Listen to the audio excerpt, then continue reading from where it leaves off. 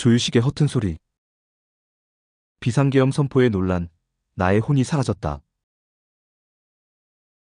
나는 한때 십수년 동안 대한민국 정책홍보위원 DM위원으로 활동하면서 비밀 업무를 수행하기도 했지만 국가정책이 아닌 집권정부의 정책을 대변하거나 홍보한 적은 없으며 이날까지 대한민국, 이 나라를 원망해 본 적이 없다.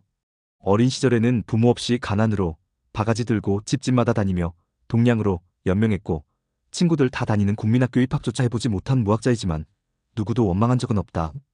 10살도 되지 않은 나이에 머슴살이도 해보았다. 꼬마 머슴으로 1년여 동안 어른 머슴들의 보살핌을 받으며 잘 먹고 잘 자며 행복한 시절도 있었다.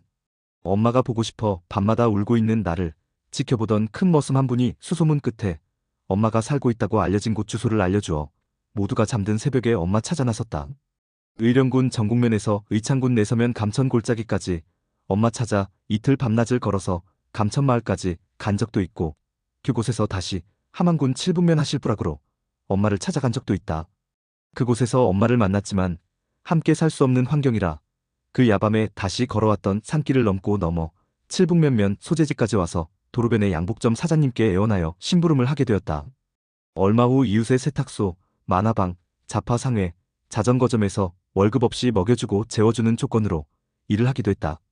출생신고도 되어 있지 않아 무적자의 몸이 되어 있었는데 내가 태어난 지 17에서 18년 어느 날 나도 모르게 누군가에 의해 출생신고가 되어 있어 놀라기도 했다. 나이가 들면서 군 입대를 위한 신체검사 통지서가 왔고 군에 가고 싶은 심정으로 3년 동안 3번이나 1등급이라는 신체검사를 받았지만 무학자라는 이유로 군 입대 대신 보충역 판정을 받기도 했다. 김해 육군 공병학교에서 6주간 보충역 교육을 받을 때 교관이 전체 입소자를 대상으로 팔씨름을 하게 하여 각 조에서 1등한 입소자를 소대장으로 임명했는데 그때 내가 우리 조에서 1등을 하여 처음으로 소대장이라는 직위의 벼슬을 하게 되었다. 소대장은 그 힘든 완전무장 훈련도 선착순 구보도 없이 통솔만 하면 되었기에 참 편안하게 훈련을 마칠 수 있었다. 훈련을 마치고 김해여고 보조소사도 해보았고 삼계동 동경무역 경비도 해보았으며 보원동 남산 앞 석재돌 공장에도 다녀보았다. 대성동 사거리 아폴로 자전거점, 삼천리 자전거 상회, 대동 자전거 상회, 협동 자전거 상회에서 일하기도 했다.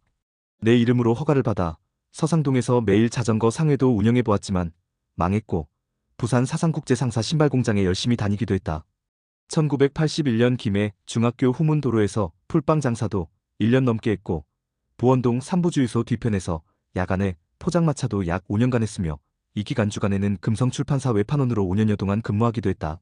이러한 힘든 시기였던 1970년대부터 오늘까지 기회가 있을 때마다 장애인 돌봄과 독거노인 돌봄, 소년소녀가장 돌봄, 결손가정 돌봄, 조선아동 돌봄, 다문화 가정 돌봄 등을 하였으며 11년 전부터는 소득에 관계없이 식사를 제대로 하지 못하는 환경의 어르신들의 건강을 위하여 급식소 1,000원의 행복밥집도 운영하고 있다.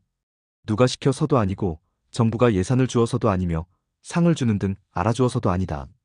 그저 내가 하고 싶어서 하고 있을 뿐인데 따뜻한 많은 시민들이 함께하며 응원해주고 있어 즐겁고 행복한 마음으로 국가와 지역사회 발전을 기원하며 모두가 평등한 행복한 사회를 위해 내가 할 수 있는 일을 찾아서 스스로 하고 있을 뿐이다. 하지만 요즘 너무너무 짜증이 난다. 뭘 해야 할지 생각도 멈추어 있고 멍하게 혼이 나간 상태가 연속이다. 10년, 9년, 8년 동안 매일매일 오시던 행복밥집 단골 어르신들 상당수가 오시지 않는다. 대통령이 비상계엄을 선포한 이후로 이러한 현상이 일어나고 있는 것이다. 지난날 전쟁과 비상계엄을 겪어왔던 세대인 어르신들이 깜짝 놀라 불안해하며 집 밖으로 안 나온다는 것이다. 나와 같이 누가 시키지 않아도 자발적으로 힘들고 어려워하는 이웃과 사회를 위해 헌신하고 있는 분들이 곳곳에 있다.